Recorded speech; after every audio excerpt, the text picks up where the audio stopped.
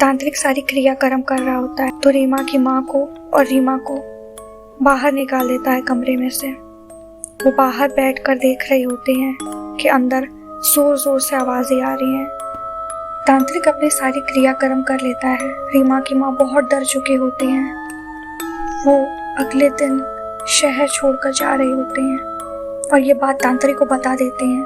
तांत्रिक कहता है कि अगर अगले दिन तुम शहर छोड़ोगी तो तुम मुझे बता के छोड़ोगी और मैं तुमको एक भभूत दूंगा जो तुमको हमेशा अपने पास रखना है और रीमा को हमेशा इस भभूत से दूर रखना है। अगले दिन रीमा पुलिस को बुलाती है और अपनी छोटी बहन को पुलिस के हवाले कर देती है और तांत्रिक को बताती है कि मैं अब ये शहर छोड़ने जा रही हूँ और मैं अब यहाँ कभी वापस नहीं आऊँगी। तांत्रिक एक भभूत देता है और रीमा को कहता है कि तुम दूर जाओ, मुझे तुम्हारी माँ से कुछ बात करनी है। वो तांत्रिक रीमा की माँ से कुछ ऐसा कहता है जो अभी तक इस कहानी को पलट के रख देगा। तांत्रिक अब एक ऐसा सच कह देता है जिससे रीमा की माँ की दुनिया बदल जाएगी।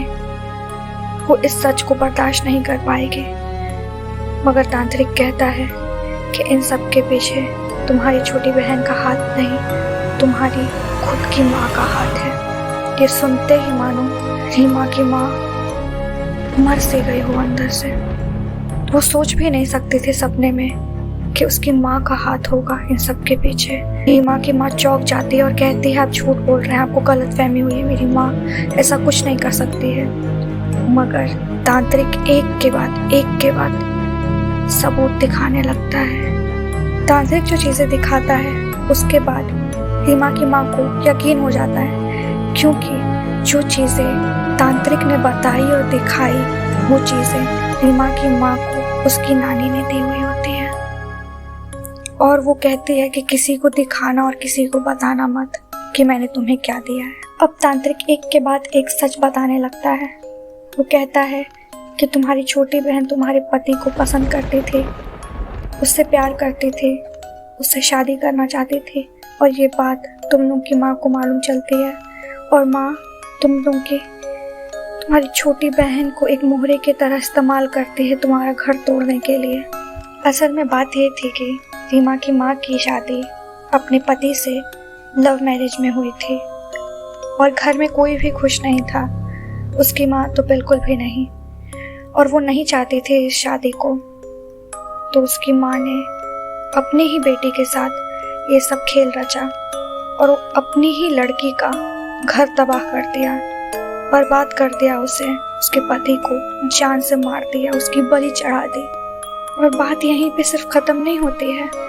तांत्रिक बताता है कि उसकी माँ ने अपनी छोटी बेटी को इस्तेमाल किया तुम्हारा घर बर्बाद करने के लिए और वो तुम्हारी बेटी को भी मारना चाहती है, तुम्हारे बच्चे को भी मारना चाहती है। तुम्हारे पति का उसने बलि दिया है ये सब काम करने के लिए। वो नहीं चाहती थी कि तुम्हारी शादी तुम्हारे पति से हो, वो आज भी चाहती है कि तुम नाखुश रहो। तांत्रिक बताता है कि तुमने जो 4 से 5 साल का बच्चा देखा था अंदर कमरे में, वो कोई और नहीं, वो तुम्हारा ही बच्चा था।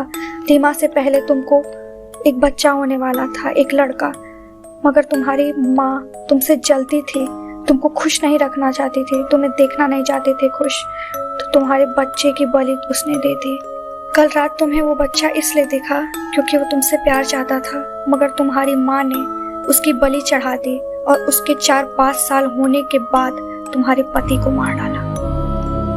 जानती हो तुम्हें बच्चा क्यों नहीं हो रहा था? तुम्हारी माँ नहीं चाहती थी कि तुम्हारा कुल आगे बढ़े। तुम्हारी माँ तुम्हारी तबाही चाहती थी, तुम्हें बर्बाद कर देना चाहती थी। तुम्हें पता है मैंने वो भभूत तुम्हें अपने पास रखने के लिए क्यों दिया है? वो भभूत नहीं, तुम्हारे पति का राख है जो तुम्हारी माँ इस्तेमाल कर रही थी तुम्हारे पति की आत्मा को कब्जे में लेने के लिए, और वो कर भी लेती। वो तुम्हारे पति को तड़पाती मौत के बाद भी। वो राख रीमा से दूर रखना। तुम्हारी माँ ने एक ऐसा काला जादू उसमें किया है, अगर वो राख तुम्हारी बेटी के पास पहुंच गया तो रीमा को कोई नहीं बचा पाएगा, मैं भी नहीं। ये सारा सच तांत्रिक बता के कहता है कि ये जल्दी से जल्दी तुम शहर छोड़ दो और अपना नाम, पता, पहचान सब नई बना लो और कभी मुड़कर यहाँ मत आना, ना देखना, और इस भभूत को रीमा तक पहुँचने मत देना, क्योंकि उसके बाद मैं रीमा को नहीं बचा पाऊंगा, न तुम्हारे परिवार को। सब तबाह हो जाएगा। तुम्हारी माँ फिर से प्रयास करेगी तुम्हारा घर तोड़ने के लिए, तुम्हें मारने के लिए, तुम्हारे बच्चों को मारने के लिए। चली जाओ यहाँ से, दूर चली जाओ, वापस मुड़कर अब कभी मत देखना, कभी मत आना यहाँ पे, चली जाओ। और बस उस दिन से आज तक रीमा कहाँ है, रीमा की माँ कहाँ है, रीमा का परिवार कहाँ है, किसी को नहीं मालूम। कहाँ है, कैसे हैं लोग, किसी को कुछ भी नहीं पता है।